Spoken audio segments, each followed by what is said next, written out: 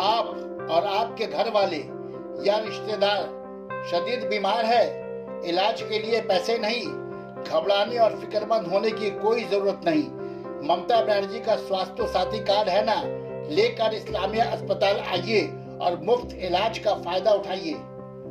जी हाँ, कोलकाता का कदीम मिली अदारा,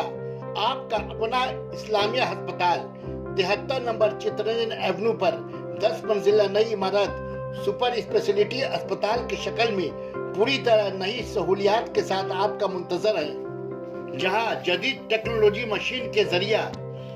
सीटी scan unit, dialysis unit, USG unit, echo unit, endoscopy unit, x-ray unit, pathology unit, dentist unit, eye unit, OT complex,